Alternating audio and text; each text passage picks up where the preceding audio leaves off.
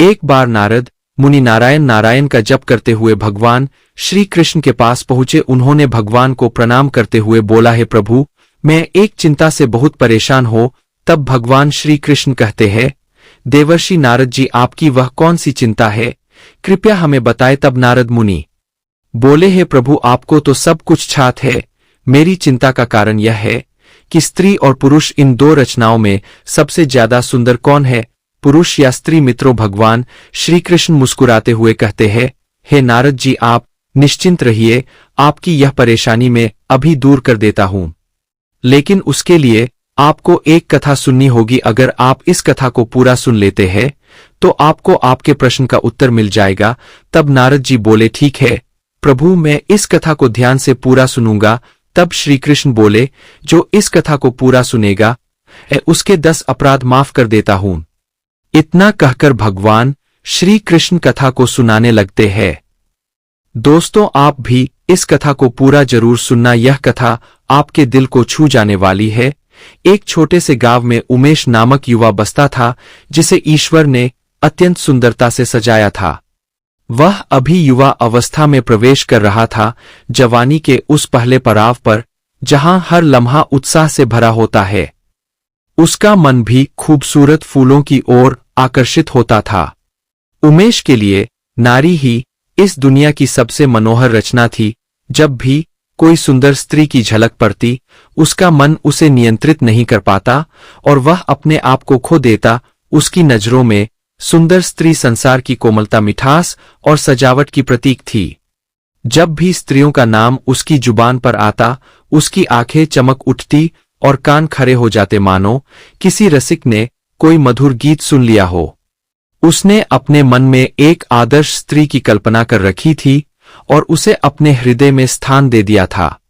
हर व्यक्ति की तरह उमेश का भी सपना था कि उसकी भावी जीवन संगिनी अत्यंत सुंदर हो, जिसका रूप, रंग और यौवन अद्वितीय हो। दोस्तों, भगवान श्री कृष्ण ने कहा है कि हर व्यक्ति अपनी कल्पना के अनुसार एक सुंदर स्त्री या सुंदर राजकुमार की तस्वीर अपने हृदय में बरसाकर रखता है, वह लड़की हो या लड़का। दोस्तों, भगवान श्री कृष्ण कहते हैं, देवर्षि नारद, वैसे तो कल्पना में हर व्यक्ति सुंदर चीज ही सोचता है, चाहे वह स्वयं कितना ही कुरूप क्यों ना हो। उमेश बाबू भी अपने मन में एक लड़की की तस्वीर बनाते रहते थे। वह सोचते थे कि उनकी होने वाली धर्मपत्नी बहुत सुंदर होगी। उसका कोमल बदन फूलों की तरह होगा, उसकी आंखें कोयल की बोली जैसी होंगी और उसका मुख चांद की तरह होगा।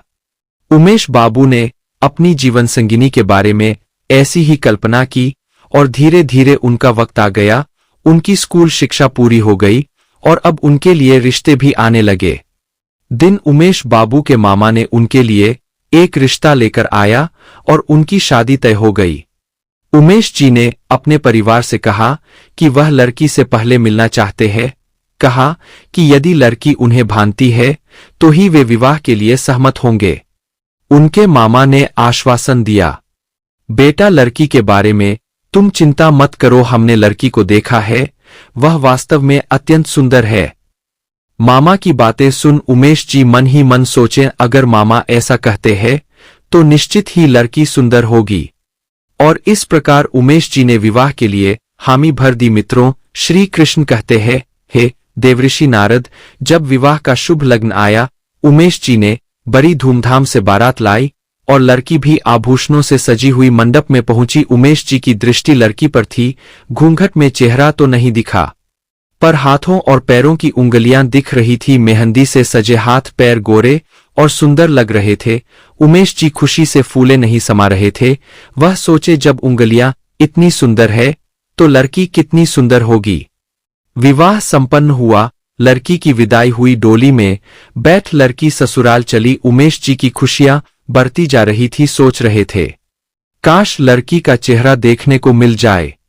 रास्ते में जब कहारों ने पालकी रोकी और जलपान किया, उमेश जी को मौका मिला। वे पालकी के पास गए। जब लड़की ने घूंघट हटाया और पालकी से बाहर झांका, उमेश जी ने चेहरा देखा और उन्हें ऐसा लगा मानो चोरों ने उनका सब कुछ लूट लिया हो। उमेश की दुल्हन उसकी कल्पना से बिल्कुल विपरीत थी। वह बहुत मोटी और छपटी थी। उसकी नाक बड़ी थी, गाल फूले हुए थे, उसका रंग गोरा था। पर छवि एकदम भयानक। उमेश बाबू की सारी खुशी नष्ट हो गई और वह खुद को कोसने लगे। उन्होंने सोचा कि शादी हो चुकी है, अब क्या हो सकता है, इस कुरूप स्त्री के साथ जीवन कैसे बिताएंगे। ऐसी भयानक रूप वाली स्त्रियां भी दुनिया में मौजूद है। उमेश बाबू ने कहा, है भगवान, क्या मेरे ऊपर ही आपको यह संकट गिराना था। दोस्तों, भगवान श्री कृष्ण कहते हैं थे देवर्षि नारद उमेश को अपने मामा पर गुस्सा आ रहा था, जिन्होंने उसकी तारीफों के पुल बांधकर उसे इस विवाह के लिए राजी किया था। दुनिया में अनगिनत सुंदर मुख वाली स्त्रियां हैं, लेकिन आप मेरे लिए इसी कुरूप को ढूंढ रहे थे। उमेश अपनी किस्मत को कोस रहा था।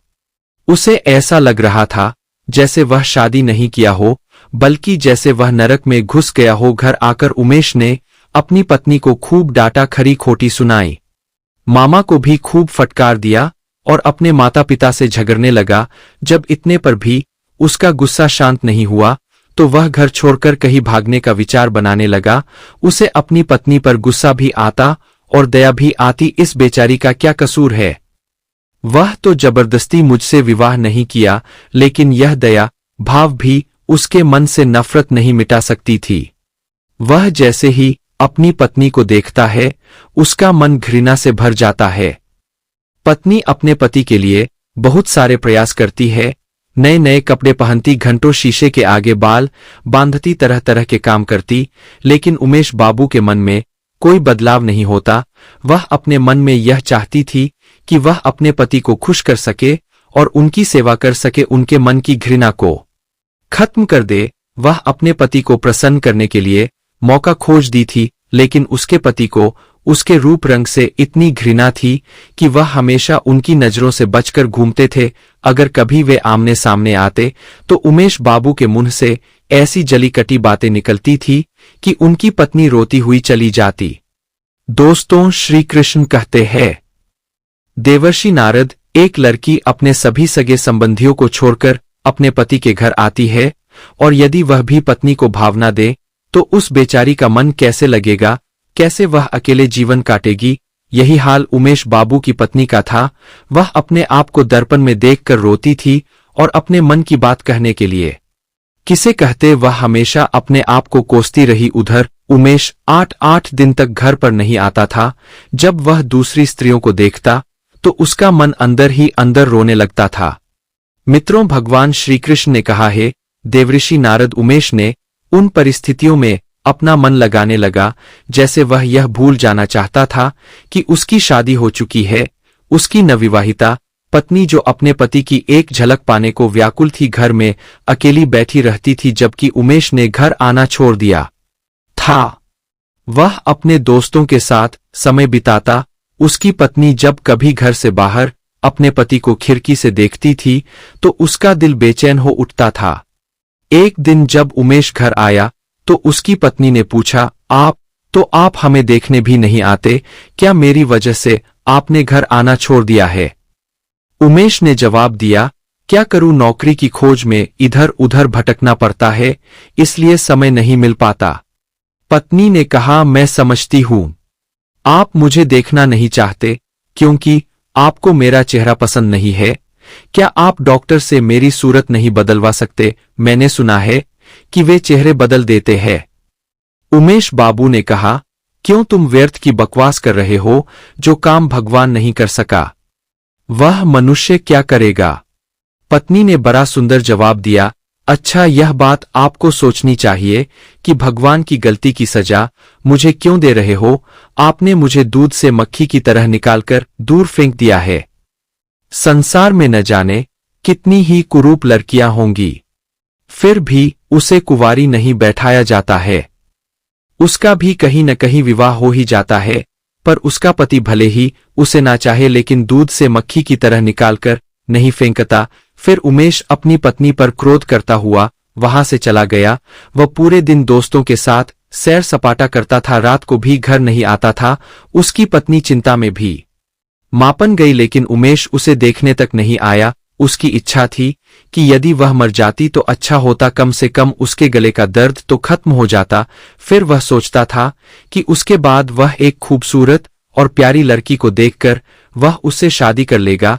इस प्रकार उमेश अपनी पत्नी से दूर रहने लगा था और वासनाओं के जाल में उलझ गया, धन की बर्बादी करने लगा, सुंदर युवतियों में अपने मन को लगाने लगा। विषय भोगों में लिप्त होकर उसने धन, बल और बुद्धि को नष्ट करने लगा। धीरे धीरे उमेश का चेहरा पीला पड़ गया, उसके शरीर में कमजोरी आने लगी, पसलियों की हड्डियां दिखाई देने लगी, आंखों के नीचे गड्ढे पड़ गए थे। चेहरे का रंग भी उठ चुका था, जैसे किसी भयंकर रोग के लक्षण दिखाई दे रहे थे। एक दिन उमेश की पत्नी अपने पति के विचारों में बरामदे में लेटी हुई थी। कई दिनों से उसकी पत्नी ने उमेश की सूरत नहीं देखी थी। उसने डरते डरते किसी के हाथों उसे बुलाया और सोचने लगी, आएंगे तो नहीं, वैसे भी कहने में क्या जाता है। किसी ने जाकर उमेश को बताया कि तुम्हें तुम्हारी पत्नी ने बुलाया है। आज उमेश के हृदय में करुणा की एक लहर थी और वह अपनी पत्नी के पास पहुंच गया। उमेश की पत्नी ने जब उसका चेहरा देखा तो वे स्तब्ध रह गई। उमेश की देह शक्तिहीन हो चुकी थी, उसका चेहरा अपरिचित सा लग रहा था। उसकी पत्नी ने पूछा, तुम इतना दुर्बल कैसे हो गए? तुम तो मुझसे भी अधिक शक्तिहीन दिख रहे हो। उसने उत्तर दिया, मेरे जीवन में आप कुछ भी ऐसा नहीं बचा जिसके लिए मैं जीवित रहूं। उसकी पत्नी ने कहा, चिंता से को इतना दुर्बल नहीं होता, क्या तुम बीमार हो? तुम इसका उपचार क्यों नहीं करवाते? ऐसा कहते हुए उसने उमेश का हाथ पकड़ा और उसे चारपाई पर बिठा दिया। उमेश ने अपना हाथ छुड़ाने का प्रयास नहीं किया। आज उसका स्वभाव कोमल था, उसकी बातों में ना तो क्रोध था और ना ही अहंकार, उसकी आंखों में आंसू थे।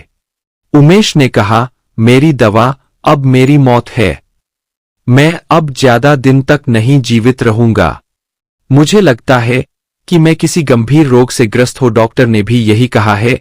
मुझे अफसोस है कि मैंने तुम्हें बहुत दुख दिया, कृपया मुझे क्षमा कर दो। दोस्तों, श्री कृष्ण कहते हैं, देवर्षि नारद उसका पति आगे कहता है, कभी कभी बैठे बैठे मुझे बेहोशी आ जाती है। उमेश यह कह ही रहा था कि उसके हाथ पैर कांपने लगे और उसके पूरे शरीर में एक सनसनी दौड़ गई। उमेश बेहोश होकर चारपाई पर गिर पड़ा, उसके हाथ पैर पटकने लगे, मुंह से लार निकलने लगी और उसका पूरा शरीर पसीने से भीग गया। उसकी पत्नी ने उसकी बिगड़ती हालत देखकर अपनी बीमारी भूल गई, क्योंकि दोस्तों श्री कृष्ण कहते हैं, हे देवर्षि नारद, काफी दिनों से वह भी बीमार थी। वह एकदम फुर्ती से उठी और उसके मुंह पर पानी के छींटे लगाने लगे। फिर पंखा लगाए, परंतु उमेश ने आंखें नहीं खोली। शाम होते होते उमेश का मुंह टेढ़ा हो गया, बायां अंग शून्य पर गया, उसके मुंह से आवाज नहीं निकल रही थी। दोस्तों, वह मूर्छित नहीं हुआ था, उसे लकवा मार गया। लकवा के भयंकर रोग से रोगी की सेवा करना आसान काम नहीं है, लेकिन उसकी पत्नी पूरे तन मन से पति की सेवा में लग गई। खुद की बीमारी को भुलाकर अपने पति की सेवा करने में व्यस्त थी। दिन प्रतिदिन उमेश की हालत बहुत ही गंभीर होती जा रही थी। उसकी पत्नी पूरे दिन रात पति के थामे बैठी रहती थी, उसके लिए आहार बनाकर देती, गोद में लिटाकर दवा पिला दी थी, उसके इशारों को ध्यान से समझती थी। दोस्तों, उसकी पत्नी को स्वयं बुखार था, सिर दर्द से फटा था, फिर भी वह अपने कष्ट को भूलकर पूरी जिम्मेदारी के साथ अपने पति की देखरेख करती थी। मित्रों, श्री कृष्ण कहते हैं, देवर्षि नारद, समय बीतता गया लेकिन उसकी हालत में कोई सुधार नहीं आया। उसका दाहिना पैर तो कुछ भी काम न करने को रह गया था। जब बोलता था तो मुंह से तोले जैसा आवाज निकलती थी।